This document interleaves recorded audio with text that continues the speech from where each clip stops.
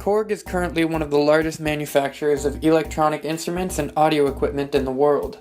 Many people have seen a Korg instrument or perhaps even owned one, but few know of the deep history which led to this company's massive success.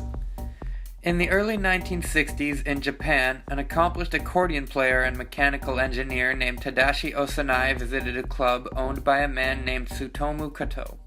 Osanai noticed that, at this club, Kato employed the use of a Wurlitzer Sideman drum machine to accompany his musical acts.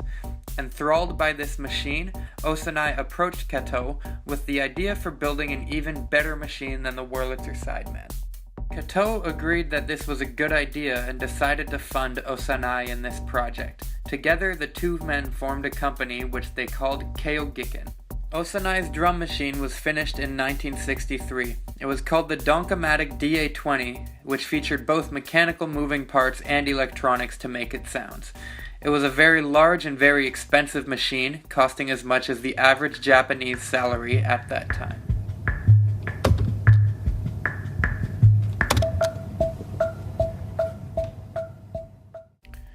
Because the machine was so inefficient in cost and size, Osanai then sought to design a new machine which would be smaller and cheaper. In 1966, the Donkomatic DE-20 was released, which was the first ever drum machine to use only electronics in its sound production with no moving parts, therefore making it a much smaller machine.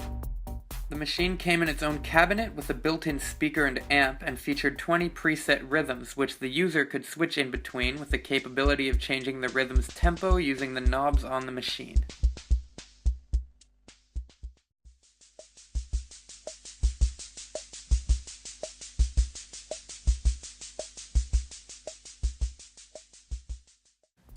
Soon after the success of their first two drum machines, Keiō-Giken began working together with Yamaha to design a drum machine specifically to be a part of their new electronic organ, the Yamaha Electone. In 1967, the Mini-Pop's MP2 was completed for this project, and Keiō-Giken decided to make a series of Mini-Pop's desktop-sized drum machines.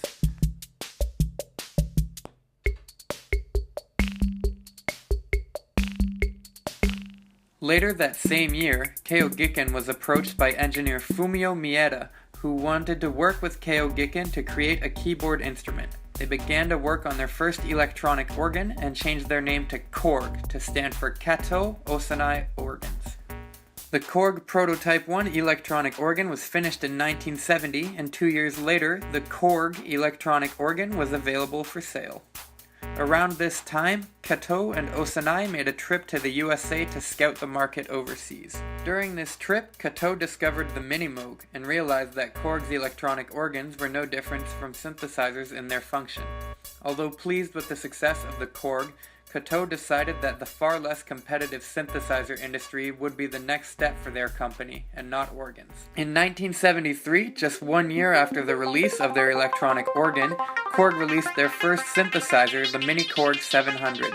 This instrument launched the brand into the synthesizer world, and for the next several years, Korg continued to innovate and expand their product list, gaining notoriety and being used by big-name artists like Stevie Wonder and the Human League.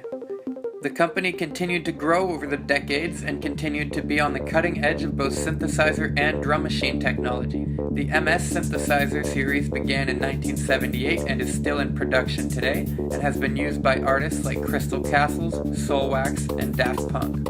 Among other very successful Korg instruments are the Electribe drum machines, which have been in production for almost 2 decades, the classic Poly-6 synthesizer, and the Microkorg, one of the highest-selling synthesizers of all time. Having created so many amazing products and yielding so much innovation throughout the decades of its existence, it is undoubtable that Korg has left a permanent impact on the music industry, and will continue to do so throughout the